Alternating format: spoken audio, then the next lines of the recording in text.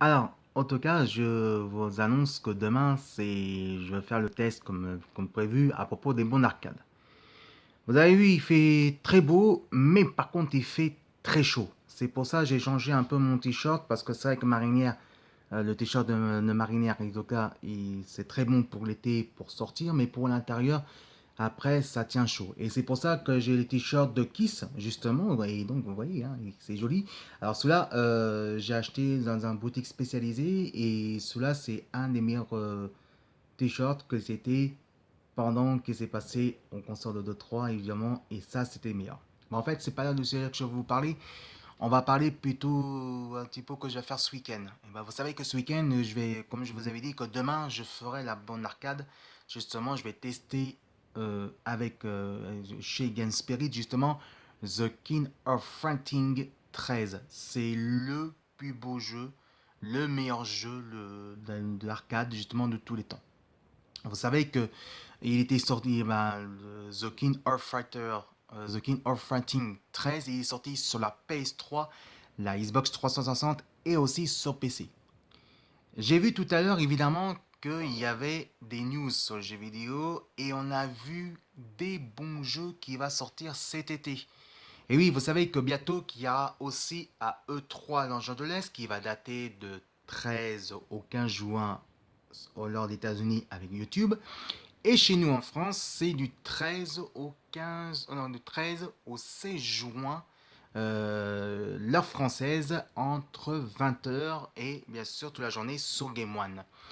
Moi, que je ferai, ben, je ne serai pas à Los Angeles, moi je regarderai sur YouTube pour voir le résumé qui va nous annoncer. Tout ce que j'espère, en tout cas, il y aura des bons jeux. Et au mois de juin, il risque d'avoir le grand retour Tekken 7. Et oui, je l'ai vu la bande annonce. Et bah écoutez, je veux vous dire que ouais, ça a l'air des bons, ça va être un bon jeu, que déjà en bon d'arcade, là, ça fait déjà en carton au Japon. Alors, bien sûr, évidemment que ce jeu, tout le monde attendait, c'est le jeu le plus attendu, le jeu qu'on a plus en parler sur YouTube et autour de quotidien, et même sur aussi la chaîne spécialisée.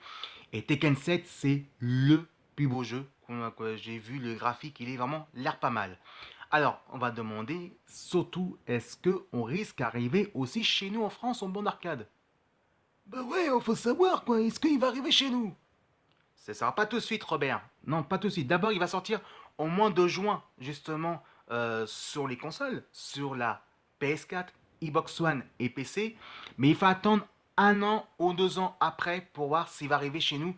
Oui, ça risque d'arriver parce que il y a déjà Tekken Tournant 2 tournante qui est arrivé sur le bon d'arcade. Et aussi, j'ai testé aussi là-bas, j'ai testé évidemment Tekken 3. C'est vrai que chez nous, en bande d'arcade, Tekken c'est beaucoup demandé justement à Game Spirit. Et c'est vrai qu'en tout cas, que ça risque d'arriver. Alors, tout ce qu'on attend justement, on va savoir évidemment s'il y aura d'autres nouveautés qui vont arriver. Tout dépend de la demande par les fans et tout dépend à propos des batteries pour louer justement. Parce que je vous rappelle que c'est pas nous qu'on loue.